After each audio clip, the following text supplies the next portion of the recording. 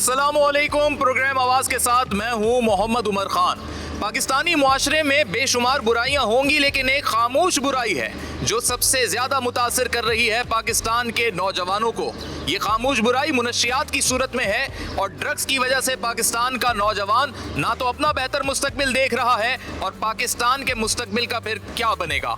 मुनशियात, drugs और narcotics के हवाले से बेशुमार प्रोग्राम्स हुए, लेकिन आज का प्रोग्राम मुनफरिद है। और वो इसलिए मुनफरिद है क्योंकि इस नशे की ज़िंदगी में आने के बाद वो शख्स जो नशे का आदी हो जाता है, वापस वो मुआशरे के लिए कैसे कारआमद शहरी बनता है, उसका ट्रीटमेंट कैसे होता है और किस तरीके के रिहेबिलिटेशन प्रोसेस से वो गुजरता है, आज के इस प्रोग्राम में हम आपको बताएंगे। और साथ ही उनकी आवाज़ में उनका वो दर्द भी सुनाएंगे ताकि मुआशरे के दीगर तबकात ये जान सकें कि मुनशियात किस हद तक नासूर की सूरत इख्तियार कर चुका है और लोग अपने बच्चों को इस मुनशियात से कैसे महफूज रख सकते हैं। इसी प्रोग्राम में आज हम आपको ये भी बताएंगे कि पाकिस्तान के दीगर इदारे जो इसके खिलाफ काम कर रहे हैं, जब इस मुनशियात, ड्रग्स, नारकोटिक्स और मुख्तलिफ अक़साम की ममनुआ चीज़ों को पकड़ा जाता है तो उसके साथ फिर क्या किया जाता है।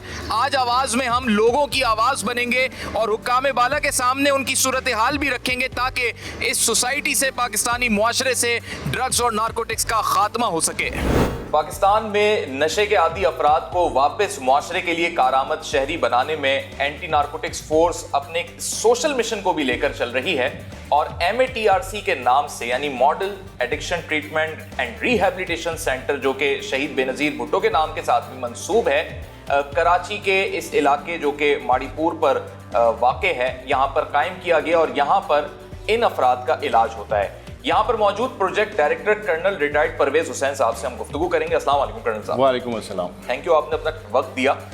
हम ये जानना चाहते हैं कि ये MATRC नामी रिहेबिलिटेशन सेंटर कितने अरसे से यहाँ पर अपनी खिदमात अंजाम दे रहा है और कितने अफराद अब तक मुस्तफ़ीद हो चुके हैं? मैं आपको बता दूं कि ANF का ये इदारा 2010 से काम कर रहा है और 2010 के बाद ये इदारा यहाँ पे कायम हुआ माड़ीपुर रोड के ऊपर बियारी के अंदर, और उसके बाद हमने दो और खोले, एक सक्खर के अंदर और एक हैदराबाद के अंदर। तो ANF के 3 इदारे हैं जो रिहेबिलिटेशन सेंटर्स के तौर पे काम कर रहे हैं। यहाँ पे जो हमारे बेडेड कैपेसिटी है, इट इज़ 105 बेडेड कैपेसिटी है जहाँ पे उनका इलाज होता है।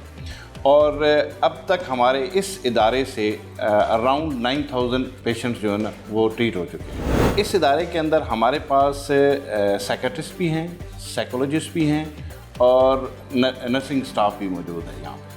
और हमारे पास तकरीबन 64 का अमला है जो इस इदारे में काम कर रहा है यहाँ पे। उसमें मुख्तलिफ आपको मैंने बता दिया, सोशल आउटरीच वर्कर भी हमारे पास हैं और नर्सिंग स्टाफ भी मौजूद है और एडम स्टाफ भी मौजूद है जो इस काम को लेके हम चल रहे हैं। ठीक है कर्नल साहब, ये भी बताएं कि कराची की अगर हम आबादी देखते हैं और बतदरीज इसमें इजाफा ही होता चला जा रहा है और नशे के जो केसेस हैं उसमें भी इजाफा होता जा रहा है, तो उस हिसाब से मज़ीद भी आप बता रहे हैं कि कायम हो रहे हैं या हो चुके हैं, किस तरीके से इतनी आबादी के मसाइल को सुलझाने के लिए ये इदारा अपने खिदमात मज़ीद आगे बढ़ाएगा?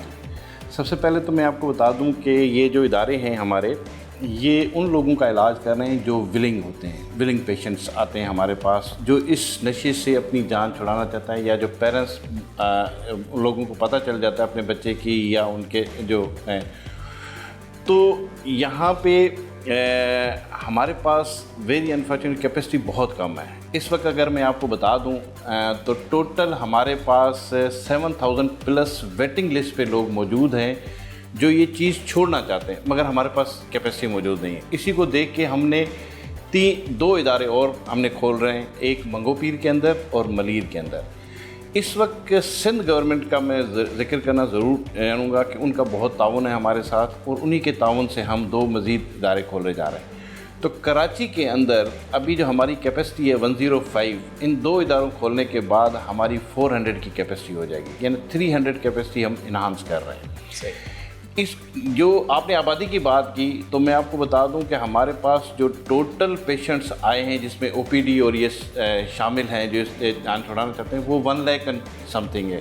कुछ लोग फिर स्क्रीन आउट हो जाते हैं और बीमारियां उसमें इन्वॉल्व हो जाती हैं, तो विलिंग नहीं होते, फिर दोबारा नहीं आते।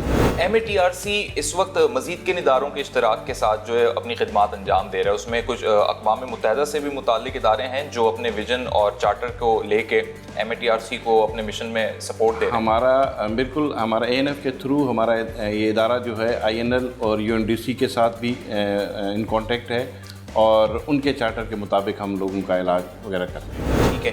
अच्छा कर्नल साहब, मैं ये चाहता हूँ कि हम अपने नाज़रीन को भी दिखा सकें कि इस model addiction treatment rehabilitation centre के अंदर किस तरीके से इलाज होता है और इसके मज़ीद क्या शोबे जाते हैं। मैं आपके रसूल से एक लोगों को बात बताना चाहूँगा कि ये इलाज डिफरेंट है। ये दूसरे हॉस्पिटल में ना एक मरीज़ होता है, उसको आप दवाई दे दी और छोड़ दिया, ये यहाँ पे वो नहीं है। मैं हमेशा ये बात करता हूँ, जो हमारे डॉक्टर साहब भी कहते हैं, ये स्पेशल पेशेंट होते हैं, इनको स्पेशल केयर की ज़रूरत होती है। इनके साथ आपने कांटेक्ट में रहना होता है, घर का माहौल देना होता है। अभी हम इंशाल्लाह आपको दिखाएंगे। यहाँ पे जितने पेशेंट्स आते हैं उनको हम बेड पे नहीं रिस्ट्रिक्ट करते, उनकी डिफरेंट एक्टिविटीज़ भी चलती हैं, उनको घर का माहौल भी देता है। उनको उस बात पे राज़ी करना है कि यार इस लाइफ के अलावा भी ये लाइफ है जो आप लोग ज़िंदगी गुजारना चाहते हैं, इससे बेहतर लाइफ है जिसको आप गुजारना चाहते हैं, और वो माहौल हम उनको देते हैं। आए हम आपको दिखाते हैं हॉस्पिटल का माहौल और यहाँ के डॉक्टर्स वगैरह के व्यूज़। तो नाजरीन, पहले हम इधर आए हैं जहाँ पे साइकेट्रिस्ट मौजूद हैं MATRC के, और कर्नल परवेज़ हमें यहाँ पे लेकर आए हैं। इनसे भी हम यहाँ पे बात करेंगे। अस्सलाम वालेकुम सर। वालेकुम। कैसे हैं आप? अल्लाह का शुक्र है। अच्छा सर, आपका नाम किस? मेरा नाम डॉक्टर तारिक काराई है, मैं साइकियाट्रिस्ट हूँ MATRC में। अच्छा डॉक्टर साहब, ये बताइएगा कि आप किस किस्म की खिदमात अंजाम दे रहे हैं, और ये जो नशे के आदी अफराद आते हैं इनकी किस तरीके से काउंसलिंग होती है? देखें, हमारे पास जो मरीज़ आते हैं वो हर कैटेगरी के आते हैं। बेसिकली जो इनमें ज़्यादा काउंसलिंग या मोटिवेशनल जो चीज़ें होती हैं उन पे ज़्यादा फोकस किया जाता है, क्योंकि ये इनको इस चीज़ के लिए माइल करना कि नशा आपने छोड़ना है और छोड़े रखना है। ये एक लॉन्ग प्रोसेस है जो कि लंबा शुरू होता है और फैमिली से स्टार्ट होता है। फैमिली की भी काउंसलिंग की जाती है, इंडिविजुअल की भी काउंसलिंग की जाती है, फिर उसको मोटिवेट करके ट्रीटमेंट के लिए एग्री किया जाता है ताकि वो नशे को छोड़ सके। उसके क्या इतनी हार्श कंडीशन में भी आते हैं पेशेंट्स जो बिल्कुल बेकाबू होते हैं, या कुछ मूवीज़ में हमने देखे हैं कि नशे के आदी अफराद जो हैं वो घर वालों के भी काबू में नहीं आते, इस किस्म के भी होते हैं? जी, नशे यूज़ करने वाले दो कैटेगरी के लोग होते हैं। एक तो जो है वो साइकोलॉजिकली थोड़े से बेहतर होते हैं और सिर्फ इफ़ेक्ट्स होते हैं उनके, जब वो पी रहे होते हैं उनके इफ़ेक्ट्स हो रहे हैं, और फिर नहीं पीते तो विड्रॉल्स होते हैं। लेकिन एक कैटेगरी वो उन मरीज़ों की है जो साइकोसिस या साइकोलॉजिकल चेंजेस डेवलप कर लेते हैं, या साइकेट्रिक चेंजेस उनके ब्रेन्स में आना शुरू हो जाती हैं, जिसमें हम साइकोसिस जिसको कहते हैं, डिप्रेशन हो गया, साइकेट्रिक इलनेसेस डेवलप करते हैं। जो आप जो बात कर रहे हैं वो साइकोसिस वाले लोग हैं, वो बेसिकली एम्फेटामीन कैनबिस यूज़र्स ज़्यादा साइकोसिस में जाते हैं। सही। कर्नल साहब, ये बताइएगा कि डॉक्टर साहब के अलावा इस टीम में और कौन कौन, यानी कितने अफराद हैं जो इस शोबे से वाबस्ता हैं? हमारे तकरीबन यहाँ हॉस्पिटल में 64 का अमला मौजूद है, जिसमें एडमिनिस्ट्रेशन भी हैं और क्लिनिकल डॉक्टर्स भी हैं। डॉक्टर में हमारे पास साइकेट्रिस्ट भी हैं, साइकोलॉजिस्ट भी हैं, सोशल वर्कर भी हैं, और ऑक्यूपेशनल थेरेपिस्ट भी हैं। ये डिफरेंट अपनी अपनी फील्ड में काम कर रहे होते हैं यहाँ पे। अच्छा कर्नल साहब, मैं देख रहा हूँ कि ये अगर बच्चों की जगह है तो उसी हिसाब से जो है ना, यहाँ पेंटिंग्स भी हैं, कलरफुल चीज़ें भी हैं, और अंदर आने के बाद मुझे ऐसा लग रहा है कि ये कोई एडिक्शन वाली जगह नहीं लग रही, बल्कि ये कोई कॉलेज नुमा या कुछ ऐसा जिम्नेजियम नुमा लग रहा है। मैंने आपको ये बताया कि यहाँ ये स्पेशल पेशेंट है, इनकी स्पेशल ट्रीटमेंट होती है। आपने माहौल से देख लिया होगा, ये जो पेंटिंग है ये हमारी नहीं है, ये इन बच्चों ने खुद बनाई है। और इनके फिर आपको मैं बाद में दिखाऊंगा कि यहाँ पे हम इनकी वोकेशनल ट्रेनिंग भी करते हैं। अस्सलाम वालेकुम। वालेकुम सलाम। क्या नाम है आपका? हुज़ैफ़ा। हुज़ैफ़ा, ये बताएं कि आप 15 दिन से यहाँ पर हैं, कितने टाइम से हैं? 20 दिन हो गए। 20 दिन हो गए। तो आप ये जो नशा था इसमें आप कैसे आ गए, क्यों किया आपने ये? बस यारी दोस्ती में लग गए। दोस्तों ने करा दिया? जी। और किस चीज़ का नशा किया था? क्रिस्टल का। अच्छा, और उसके अलावा? बस। अच्छा, कहाँ रहते हैं आप? न्यू कराची। क्या नाम है आपका? मुजम्मिल। मुजम्मिल, कितनी उम्र है आपकी? 16 साल। 16 साल के। पढ़ते हैं? जी। तो कौन सी क्लास में? 9 क्लास। 9 क्लास में। मुजम्मिल, आप 9 क्लास में हैं, पढ़ते भी हैं और आप माशाल्लाह गुड लुकिंग भी हैं, तो ये नशा आपने कब किया, क्यों किया? नशा नहीं, मैंने फ्लेवर वाला शीशा पिया था। फ्लेवर वाला शीशा पिया? वेप। वेप पिया था? तो वेप में कुछ ऐसा शामिल था? नहीं, एप्पल का जायका आता था। अच्छा, और तुम्हें पीने के बाद कैसा महसूस होता था? कुछ भी महसूस नहीं होता था सर। तो फिर यहाँ क्यों आए हो? कोई वालिदैन लेकर आए तो कोई ट्रीटमेंट तो होगा ना? अब्बू समझते थे कि मैं गलत चीज़ें पीता हूँ, चरस वरस पीता हूँ, तो इस चक्कर में। हाँ, लेकिन वेप में भी तो नशा हो सकता था। वेब में नशा नहीं, मैं हफ्ते में एक बार इस्तेमाल करता था। अच्छा मैं चाहता हूँ यहाँ से जितनी भी छुट्टी हो सके मैं अपने घर जाऊँ। अच्छा, तो तुम जाने के बाद फिर तुम दोबारा वेप पियोगे हफ्ते में एक दफ़ा? नहीं बिल्कुल सर, नहीं पियेंगे। अब नहीं पियोगे? तो वेप भी सही चीज़ नहीं है। नाज़रीन, ये 16 साल का बच्चा है और 9 क्लास का स्टूडेंट है, और आजकल फैशन में वेप नामी ये एक इलेक्ट्रॉनिक सिगरेट की तरह जो चीज़ आ गई है, उसमें एप्पल फ्लेवर और मुख्तलिफ फ्लेवर्स तो शामिल हैं, लेकिन क्या पता उन फ्लेवर्स के साथ कौन सी ऐसी अशिया, कौन सी नशा आवर चीज़ें रख दी जाती हैं कि वो बच्चे को सुरूर और नशा तो दे रही हैं, और फिर वालिदैन ये समझते हैं कि मज़ीद वो किसी ख़तरनाक नशे की जानिब ना बढ़े। अस्सलाम वालेकुम डॉक्टर साहब। जी वालेकुम सलाम। डॉक्टर साहबा, क्या नाम है आपका? डॉक्टर नाजिश।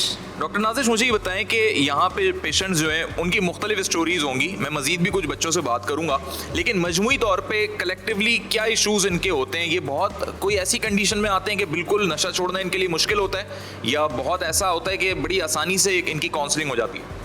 जी आपका सवाल बहुत अच्छा है। एक्चुअली इसमें बहुत मुख्तलिफ पैराडाइम्स हमें देखने पड़ते हैं। एक तो हमें उम्र देखनी पड़ती है कि कितना बड़ा है, देखना पड़ता है कब से नशा कर रहा है, देखना पड़ता है कितने सालों से नशा कर रहा है और कौन सी टाइप है जो नशा कर रहा है। एक टाइप का कर रहा है या 2-3 इकट्ठे नशा कर रहा है, तो it all depends on that. Severity हम उसके हिसाब से जज करते हैं depending upon the type of the drug and the chronicity, जितना पुराना है और एक यूज़ कर रहा है या 2-3 यूज़ कर रहा है, उसके हिसाब से। मैं ये चाहूँगा कि हम ये अवेयरनेस भी देना चाह रहे हैं सोसाइटी को, अपने नाजरीन को, ताकि वालिदैन अपने बच्चों को इन चीज़ों से बचा सके। तो आप दोनों टाइप के इन्हीं पेशेंट्स में से कोई हमें एग्जाम्पल्स दिखा दें ताकि उनसे हम बात करें। बिल्कुल। फॉर एग्ज़ाम्पल ये हमारे पास है Noor, he is around 21 years old. ये चरस का नशा कर रहा है पिछले 10 सालों से। 10 सालों से? तो ये थोड़ी एक्सट्रीम कंडीशन है। जी, खाली कैनबिस है, लेकिन कैनबिस इंड्यूस साइकोसिस में ये आया है। इसका मतलब इसको पागलपन की बीमारी हो गई है चरस की वजह से, जो कि 30% लोगों को हो सकती है जो चरस इस्तेमाल करते हैं। नूर, ये बताएं पहले तो आपने ज़िंदगी में क्या बनना था? कभी सोचा था कुछ जिंदगी में? जैसे बचपन में आपने छोटे थे, आपने सोचा था बड़े होके क्या करना है? बिजनेस करना। बिजनेस करना था? हाँ, बिजनेस करना। तो अब जैसे डॉक्टर साहब वो बता रही हैं एक लंबे अरसे से आप चर्स का नशा करते रहे। नशा में पहले बिजनेस बनना चाहता था, शौक था, बहुत बड़ा शौक था। अभी वो शौक में सब ख़त्म हो गया। तो चर्च में कैसे आ गए? चर्च में दोस्तों ने लगा दिया। किस चीज़ का नशा करते थे? चरस, भंग और अफीम। तीन चीज़ें? जी। तो अब देखो तुम्हारी हालत, कंडीशन, तुम जो है बीमार भी लग रहे हो, तो अभी आगे क्या इरादा है? या भी आगे छोड़ने का इरादा है। दोबारा तो नहीं करोगे? नहीं। कितना टाइम तक किया है? 6 साल तक हमने किया। 6 साल तक? जी। और कहाँ से आता था, कौन देता था ये? मजदूरी वगैरह करता था, रिक्शा चलाता था, अपना कमा के करता था। ये खरीदते कहाँ से थे? वहाँ अपने शहर से। अच्छा, कहाँ से हो? बदीन से। अच्छा डॉक्टर साहब, ये तो हमने वो पेशेंट्स देखे जो डिटॉक्स के कहलाते हैं, यानी इनके इब्तिदाई दिन होते हैं ये? जी जी बिल्कुल। इनिशियली हमारा, अगर मैं आपको प्रोसीजर बताऊं, हम लोग शुरू में इनको आउट पेशेंट पे देखते हैं, ओपीडी में देखते हैं। वो हमारे 3 दिन होती है, मंडे, ट्यूसडेज और थर्सडेज को। उस दिन हम इनको देखते हैं, इनको रिव्यू करते हैं, इनको लैब्स देते हैं, इनकी लैब की पूरी इन्वेस्टिगेशंस हम कराते हैं, फिर इनकी स्क्रीनिंग होती है। स्क्रीनिंग के बाद जब पेशेंट फिट होता है फॉर एडमिशन, तो फिर हम इनको दाखिला दे देते हैं। सही है। तो नाज़रीन, हमने अभी जिन पेशेंट्स को मुतारिफ़ करवाया है, इनके इब्तिदाई यहाँ पे दिन है। अब इनका जो रिहैबिलिटेशन वाला सिलसिला शुरू होता है, उस जानिब भी हम जाएंगे, लेकिन एक ब्रेक के बाद आपको उन मरीज़ों से भी मिलवाएंगे और डॉक्टर साहिबा से और कर्नल साहब से मज़ीद भी जानेंगे कि रिहैबिलिटेशन के बाद फिर क्या होता है, और यहाँ क्या ऐसे भी लोग हैं जिन्हें किसी साजिश के तहत या किसी मंसूबे के तहत नशे पे लगाया गया, यानी वो खुद से विलिंग नहीं थे, और ऐसी अगर स्टोरीज़ हैं तो उसके पीछे कार फरमा लोगों ने क्यों ऐसा किया, और मुआशरे में ऐसे लोगों का किस तरीके से जो है इर्तिकाब किया जा सकता है। हाजिर होते हैं एक ब्रेक के बाद। वेलकम बैक नाजरीन। हमने वक्फे पे जाने से कबल आपको उन मरीजों से मिलवाया जो डिटॉक्स वाले फेज से गुजर रहे थे, यानी उनके इब्तिदाई दिन थे, और अब हम रिहैबिलिटेशन वार्ड के अंदर मौजूद हैं, यानी उसके बाद जब इनकी रिहैबिलिटेशन का सिलसिला शुरू होता है तो उसमें क्या क्या प्रोसीजर होता है डॉक्टर साहबा से जानते हैं, क्या फिर इनका रेगुलर रूटीन होता है, क्या एक्टिविटीज़ होती हैं? जी, डिटॉक्सिफिकेशन के बाद 15 दिन बाद मरीज़ हम यहाँ शिफ्ट करते हैं। 18 साल से ऊपर वाले मरीज़ हमारे यहाँ पे, 18 से यंग हमारे चिल्ड्रन वार्ड में ऊपर। इस फेज़ में हम इनको proper activity of daily life पे दोबारा डालने के लिए सारी इनकी रूटीन सेट करते हैं। सुबह ही इनको उठते हैं, फजर की नमाज़ पढ़ते हैं, फिर इनका मॉर्निंग स्ट्रेचिंग एक्सरसाइजेज होती हैं, उसके बाद ब्रेकफास्ट होता है, सबका टाइम पे सब मिलके ब्रेकफास्ट करते हैं।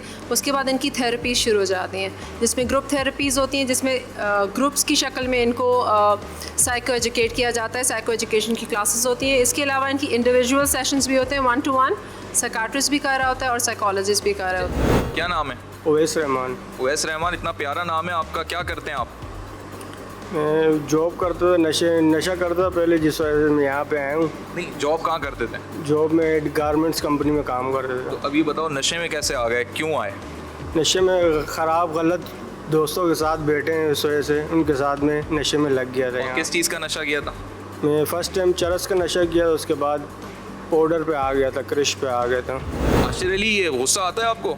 नहीं, अब गुस्सा नहीं आता। पहले आता था? जी पहले आता। जब नशा नहीं मिलता था? जब नशा नहीं मिलता था तो गुस्सा आता था। तो अभी जब यहाँ से ठीक होके जाओगे, ऑलमोस्ट ठीक ही हो गए हो, तो फिर अब जाके क्या करोगे?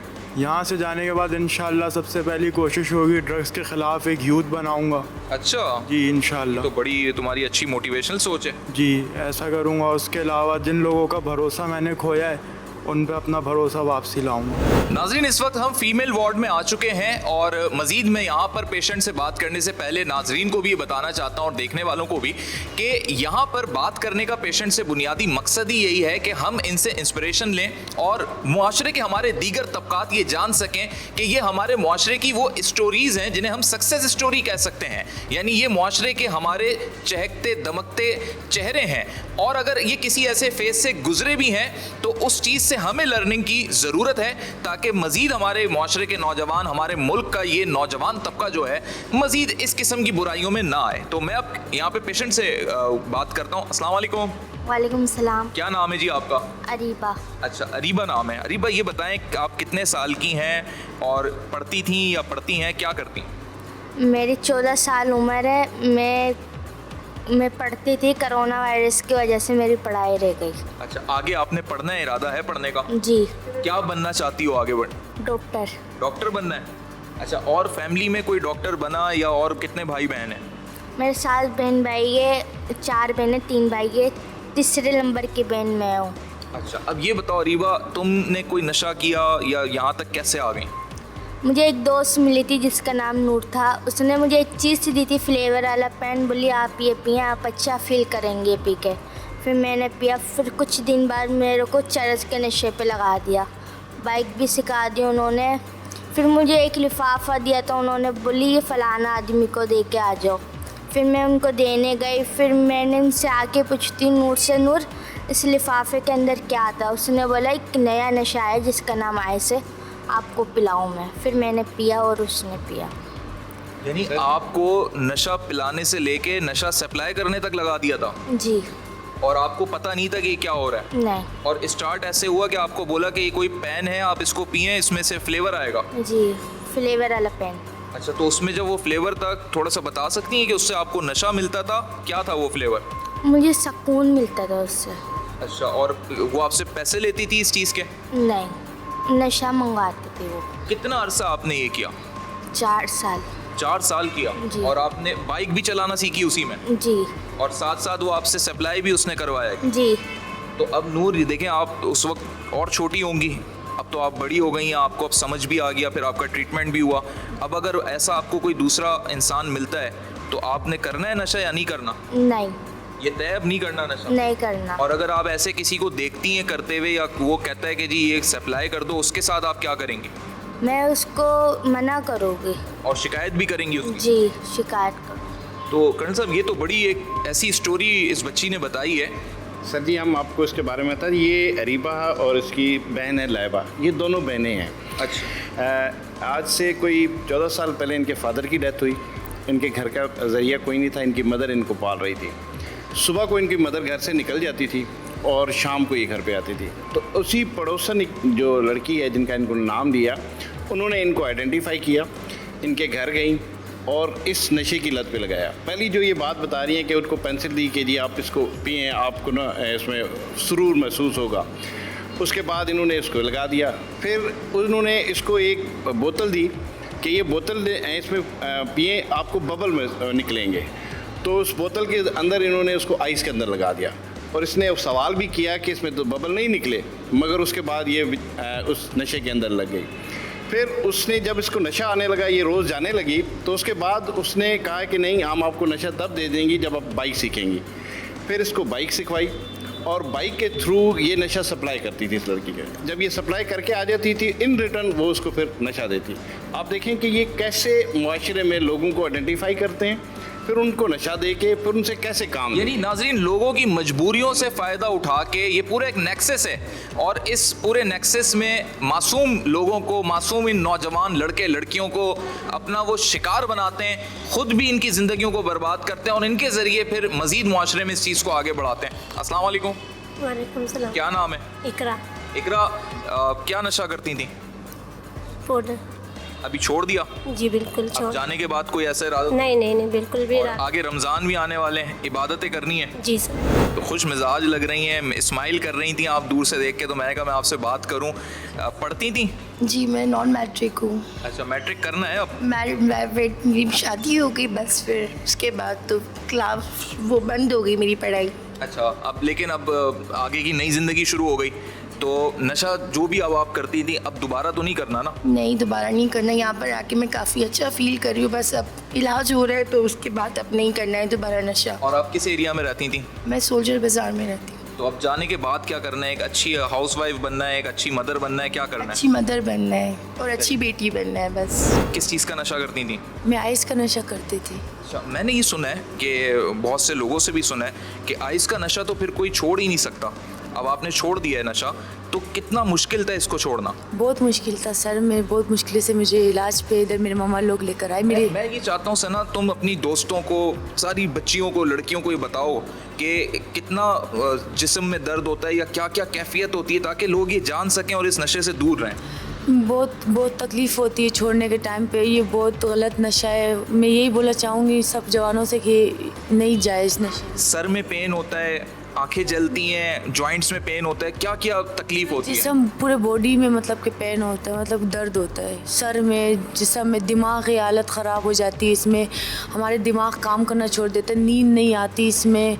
फिर हम लोग जो है ना मतलब बहुत गलत फील करते हैं। वैसे एक छोटी बच्ची है, मैं उसके लिए छोड़ना चाहती हूँ सर। अच्छा माशाल्लाह। और छोड़ के अब दोबारा नहीं आना इस तरफ? नहीं, मैं नहीं जाऊँगी मैं। नाजरीन, MATRC के एक और चिल्ड्रन वार्ड में हम मौजूद हैं। अंडर 18 यहाँ पे बच्चे हैं, उनसे भी बात करते हैं। अस्सलाम वालेकुम। वालेकुम। क्या नाम है? अली अकबर। क्या एज है? 14 साल। 14 साल क्यों? अच्छा ये बताओ, तुम क्या नशा करते थे? मैं क्रिस्टल पीता था और शीशा पीता। बल्ब के अंदर उस क्रिस्टल को डाला जाता है, नीचे से उसको फ्लेम आग लगाई जाती है और बीच में पाइप डाला जाता है, पाइप से आप उसका स्मोक सक करते हैं अंदर। अच्छा, ये है भी बड़ा टेक्निकल वे। तो अली, तुम माशाल्लाह इतने अच्छे नौजवान हो और अब यहाँ तुम्हारा ट्रीटमेंट भी हुआ है, तो अब जाने के बाद क्या करना है? जाने के बाद इंशाल्लाह माँ बाप का सहारा बनूंगा और ये सब बुरे कामों से हट जाऊँ। और जिन दोस्तों ने लगाया इस तरफ, उनसे तो मिलूंगा भी नहीं और अपनी पढ़ाई मुकम्मल करूंगा। नाजरीन, MATRC में मरीजों के इलाज के साथ साथ, उनकी काउंसलिंग के साथ साथ उनके पेरेंट्स की भी काउंसलिंग की जाती है और यही वो जगह है जहाँ पे पेरेंट्स को बताया जाता है कि अब इन पेशेंट्स को कैसे डील करना है। ये वो जगह है जहाँ पे हम वीकली पेरेंट्स की मीटिंग कराते हैं और हफ्ते में 2 मरतबा हम इनके पेरेंट्स के साथ इनके इंटरेक्शन कराते हैं। और इनके पेरेंट्स जब आते हैं तो इंडिविजुअल थेरेपी भी इनकी होती है, पेरेंट्स 1-to-1, और पेरेंट्स के साथ मिलके भी हम इनकी वो थेरेपी करते हैं, साइकियाट्रिस्ट जो हमारे हैं। ठीक है, बहुत शुक्रिया कर्नल साहब। नाजरीन, एंटी नारकोटिक्स फोर्स के ज़ेर इंतज़ाम Benazir Bhutto model addiction treatment and rehabilitation centre का आज हमने इसमें दौरा भी किया, साथ ही यहाँ की जो सहूलियात हैं वो भी आपके सामने रखी और DG ANF major general Aneequr Rahman Malik की हिदायत की रोशनी में इसको मज़ीद अपग्रेड भी किया जा रहा है। लेकिन इस मुआशरे से नशे का नासूर ख़त्म करने के लिए तमाम फोर्सेस और सिविल सोसाइटी को भी अपना किरदार अदा करना होगा। एक वक्फे की जानिब जाएंगे, ब्रेक के बाद आपको ये भी बताएंगे कि इस मुआशरे से नशे का नासूर ख़त्म करने के लिए दीगर फोर्सेस, दीगर इदारे क्या किरदार अदा कर रहे हैं। पाकिस्तान में मुनशियात की रोकथाम के लिए पाकिस्तान मिलिट्री के ज़ेर इंतज़ाम चलने वाली दीगर फोर्सेज में पाकिस्तान कोस्ट गार्ड्स का भी शुमार होता है और पाकिस्तान कोस्ट गार्ड्स ने जितनी भी अपने ऑपरेशंस के ज़रिए कोस्टल लाइन पर कार्रवाइयाँ करते हुए जो ड्रग्स, मुनशियात, हशीश, आइस और मुख्तलिफ अक़साम की जो ममनूआ अशियाँ बिलखुसूस लिक्वर, इन सबको जो उन्होंने जब्त किया, आज उसे यहाँ पर तल्फ किया जा रहा है, जलाया जा रहा है।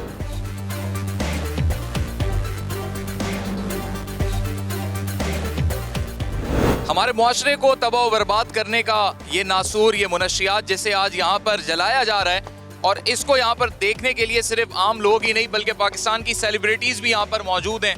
पाकिस्तान के आर्टिस्ट जनाब पारस साहब यहाँ पे मौजूद हैं, उनसे भी मैं जानना चाहूँगा कि आप बीइंग आर्टिस्ट क्या समझते हैं कि पाकिस्तान के अंदर ये नारकोटिक्स, ये ड्रग्स जो कि बढ़ता जा रहा है, इसको कंट्रोल करने के लिए फोर्सेस काम तो कर रही हैं लेकिन ये मामला हल नहीं होता हुआ दिखाई दे रहा, लेकिन सोसाइटी में फैल रहा है। देखें, पिछले 2-3 सालों से स्टैटिस्टिक्स को देखें, हम कराची में रहते हैं, Karachi is on the top in consuming drugs, और इसमें देखें हायर ऑफिशियल्स को बहुत ज़्यादा ध्यान देना पड़ेगा, क्योंकि जैसे पुलिस वाले हैं या पुलिस डिपार्टमेंट है या बहुत सारे जैसे पोस्टल गार्ड अपनी ज़िम्मेदारी समझ के ये काम कर रहे हैं, तो बाकी भी इदारे अगर अपनी ज़िम्मेदारी समझ के ये काम करें तो बहुत हद तक फ़ायदा हो सकता है।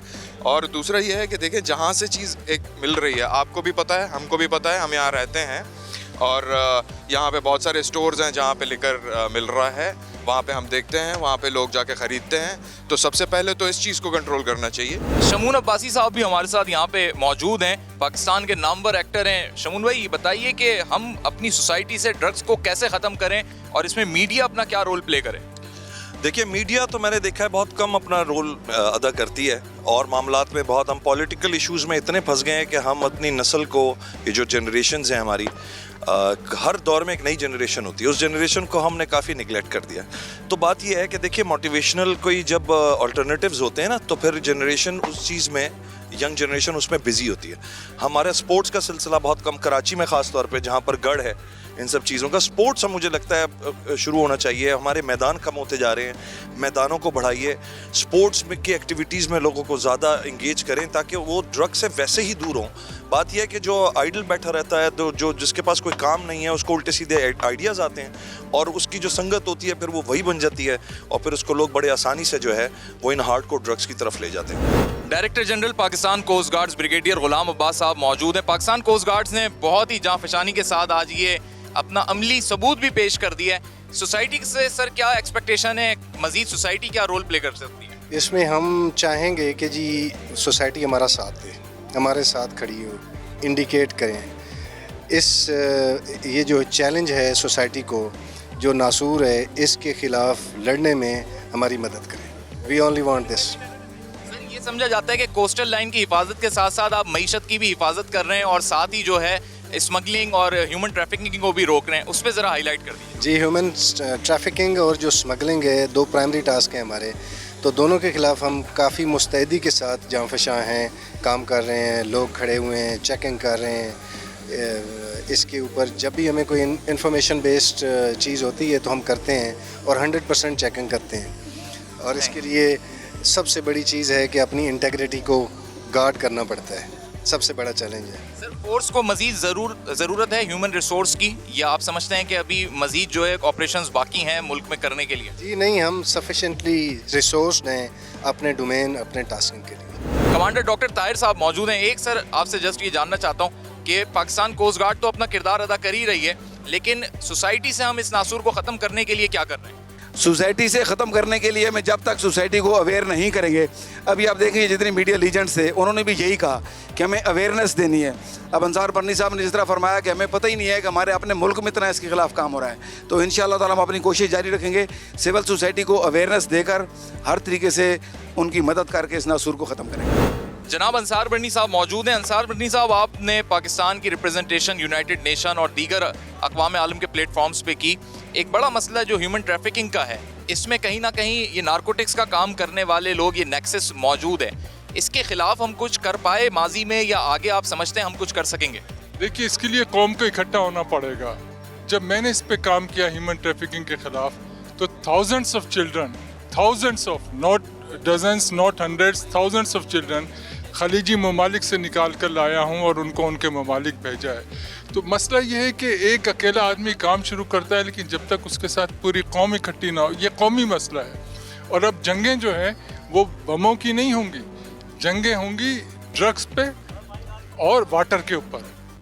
तो हमें इसमें होशियार रहना है और हमें अपने मुल्क को ड्रग्स से बचाना है और पानी के लिए कुछ करना है। हसन जहांगीर साहब पाकिस्तान के नामवर सिंगर हैं।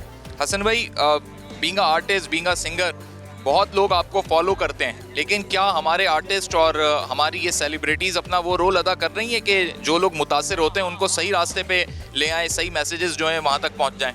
बिल्कुल आपने सही कहा। और इसमें जो है कोस्ट गार्ड ऑफ पाकिस्तान और एंटी नार्कोटिक डिपार्टमेंट के जितने लोग हैं वो भी बड़ा मेजर रोल अदा कर रहे हैं। बाहैसियत सेलिब्रिटी हमें ये केयर करना पड़ता है और अल्लाह का शुक्र है मैं तो शराब सिगरेट किसी चीज़ का मुझे आदत नहीं, ना शौक़ है, ना पीता हूँ मैं।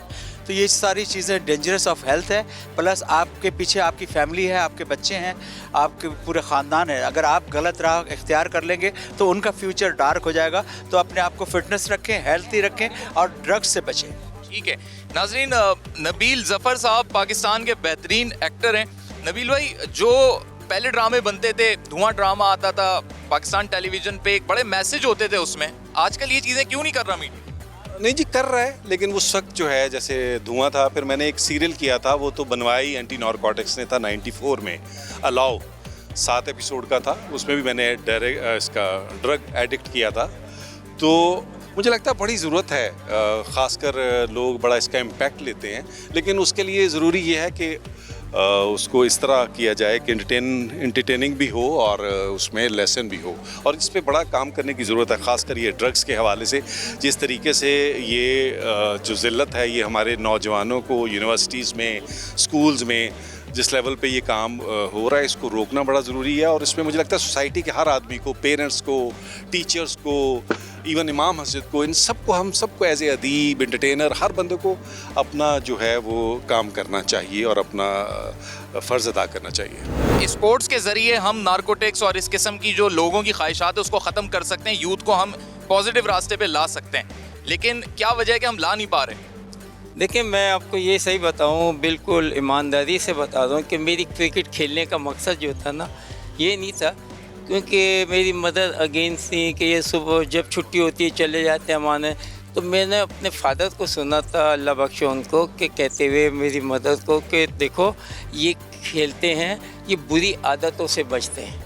ये सुबह चले जाते हैं स्कूल, 1:30-2 बजे आते हैं, 4 बजे प्रैक्टिस पे चले जाते हैं, 6-7-8 बजे आते हैं। उनमें इतना स्टेमिना नहीं होता कि कहीं और एक्टिविटीज़ कर सके। तो स्पोर्ट जो है ये बुरी चीज़ों से बचाती है और स्पोर्ट बच्चों को खेलना चाहिए। और मैं पेरेंट्स को भी कहता हूँ कि उनको इस लाइन पे ज़रूर डालें, क्योंकि ये बुरी चीज़ों से, बुरी आदतों से बहुत अच्छा। आजकल पेरेंट्स ये भी देखते हैं ना, कुछ खबरें ऐसी आई कि कुछ क्रिकेटर्स के बारे में कि भाई वो भी यूज़ करते थे, तो वो डरते हैं कि ऐसा ना हो हम बचाने के लिए इस लाइन पे लगा रहे हैं, आगे चल के वो कोई क्रिकेटर बन जाता है, अंडर 19 में भी चला जाता है, तो वो इस लत में ना पड़ जाए। नहीं देखो, आजकल तो बड़ा सख्त है, लेकिन जिसने ये चीज़ अपनानी वो तो अपना सकता है, उसको रोकना बड़ा मुश्किल है। माँ बाप भी बेचारे चाहते तो नहीं है, बच्चे निकल आते हैं। सोसाइटी के ऊपर है, मेन चीज़ है सोसाइटी अगर ऐसी लग जाए, मिल जाए, तो उनसे आपको, हमें चाहिए एज ए पेरेंट के बच्चे जो हैं हमें पता होना चाहिए कहाँ मिल रहे हैं, किसके साथ मिल रहे हैं। ये चीज़ें हमारा भी फ़र्ज़ है कि इनके ऊपर, और हर चीज़ का एक टाइमिंग होती है, उनको दे सकते हैं कि ये टाइम पे ये करना है, ये टाइम पे ये। तो डिसिप्लिन जो है वो बहुत ज़रूरी है और डिसिप्लिन की वजह से इन चीज़ों से बच्चे बच सकते हैं। यहाँ पर मैं आपको दिखाऊँ कि ना सिर्फ मेरे पीछे आप कैमरे में देख सकते हैं कि ये ड्रग्स जल रही है, इसमें चर्स, अफीम, हशीश, आइस और हर किस्म की वो मुनशियात पर मबनी चीज़ें हैं। साथ ही जो लिक्विड जिसको हम शराब में काउंट करते हैं, जो कैन्स हैं या शराब की बोतलें हैं, वो इस रोलर के ज़रिए, इस बुलडोज़र के ज़रिए उसको तल्फ किया गया है और रेज़ा रेज़ा कर दिया गया है, और वो शराब जो है वो पूरी रेज़ा रेज़ा हो गई। आपको यहाँ पे कुछ इसके कैप्स दिखाई देंगे और टूटी हुई बोतलें यहाँ पर दिखाई देंगी जिन्हें चूरा चूरा कर दिया गया। और ये इस अज़्म के साथ ये काम किया गया है ताकि मुल्क से ये नासूर मिट जाए और ये हमारी नौजवानों की खून में कहीं से भी जो है इसकी रसाई ना हो और ये शामिल ना हो, ताकि पाकिस्तान का मुस्तकबिल महफूज हो सके। मुआशरे से मुनशियात का खात्मा बेहद ज़रूरी है, वरना ये मुआशरा खुद अबतरी की जानिब बढ़ता चला जाएगा और पाकिस्तान जो कि आबादी के एतबार से सबसे ज़्यादा 65% से ज़ायद आबादी जिसकी नौजवानों पर मुश्तमिल है, अगर ये आबादी, ये नौजवान तबका इस मुनशियात का शिकार हो जाता या अगर हो गया तो फिर पाकिस्तान का मुस्तकबिल कभी भी ताबनाक नहीं बन सकेगा। पाकिस्तान को ड्रग फ्री सोसाइटी बनाने के लिए मुआशरे का हर फर्द पुरअज़्म है और ना सिर्फ सेलिब्रिटीज, पॉलिटिशियन, मिलिट्री या सिविल सोसाइटी, बल्कि वो लोग भी जो नशे के आदी थे अब दोबारा से एक बेहतर जिंदगी की जानिब बढ़ रहे हैं। देखना यह है कि हुकूमत वक्त और हुक्काम बाला इस मसले के खात्मे के लिए यानी मुनशियात के नासूर को ख़त्म करने के लिए मजीद क्या स्टेप्स लेते हैं। इस प्रोग्राम के हवाले से आप अपनी राय दे सकते हैं और फेसबुक और ट्विटर पे हमें फॉलो कर सकते हैं, यूट्यूब पे सब्सक्राइब कर सकते हैं और कमेंट बॉक्स में अपना फीडबैक दे सकते हैं। मोहम्मद उमर खान को अगले प्रोग्राम तक दीजिए इजाजत। अल्लाह हाफिज।